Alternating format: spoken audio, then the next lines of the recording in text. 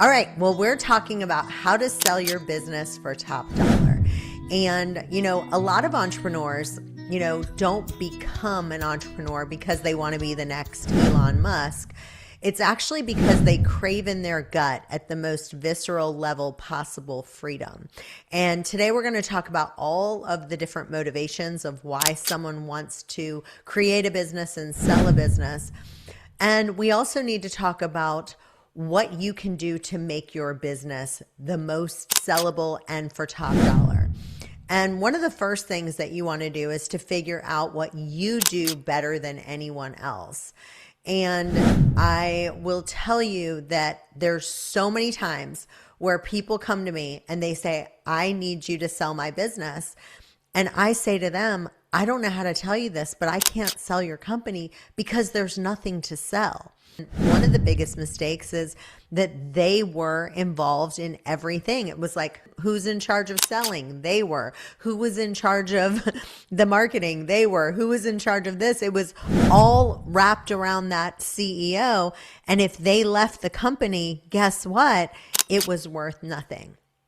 So one of the things that I always tell people is that you want to figure out what you can do better than anyone else. What is the one offering, the one product, the one service that you can do better than anyone else?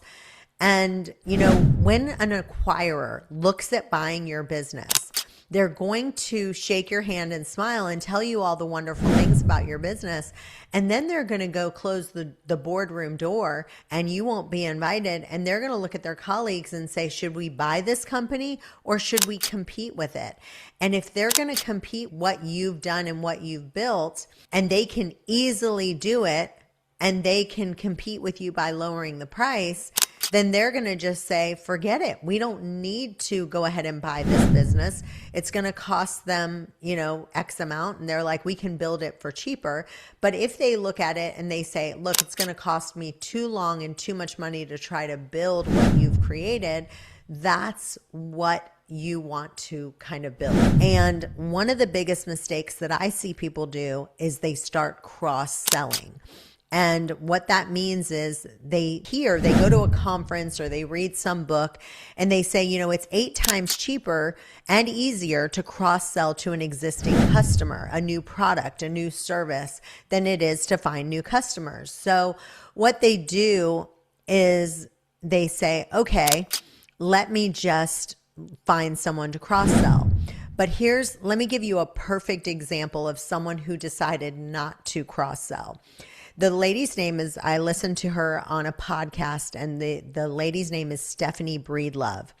And she built a company and she kind of came to a fork in the road. She was at $300,000 of annual revenue. And it was kind of a weird business that is kind of strange, but she did payroll for parents who have a nanny to pay, right? So if someone was a W-2 and you were like, look, I want to legitimately pay them as a W-2, but I don't have the means to do it. So that's all she did. Talk about very niche, however you like to say it, business.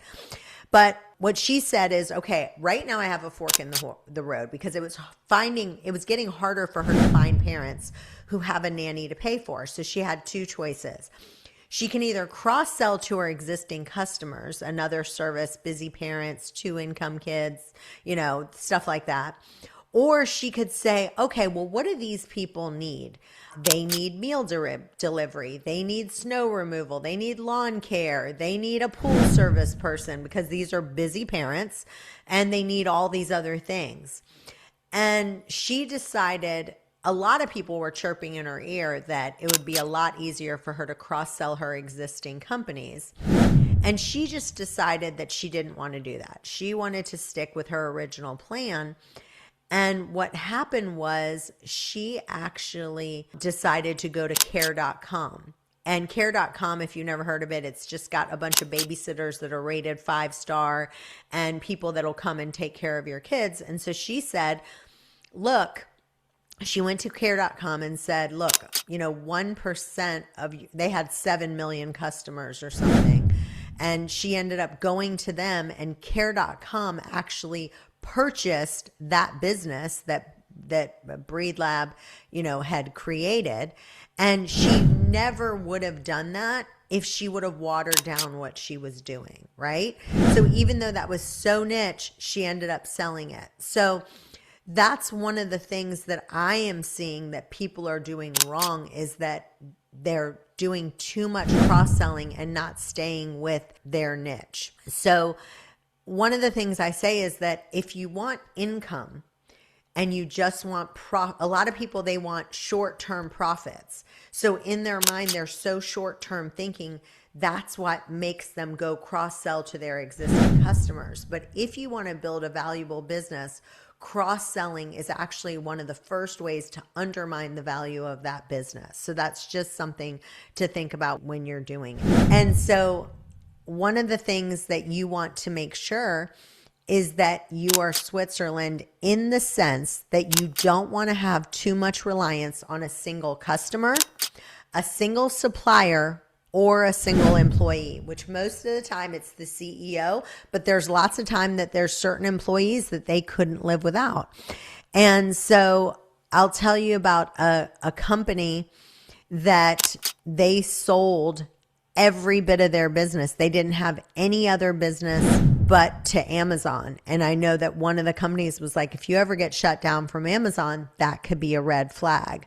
So any dependency on a single customer, a single employee, or a single supplier, you only have one way to get a supply, then if that shuts down, then guess what? The company goes under. So it's really important to make sure that you have those things in check. And that's one of the checklists that we go over and look at. So I just wanted to kind of go over all of these things, and hopefully you got tons out of it, of what you can do to sell your business for top dollar. We love to kind of talk with you on how we can really tweak some things to help you get the most amount of money. So we'd love to meet with you and have you meet with one of our team members. So if this sounds interesting to you, book a free call and we'd love to chit chat with you.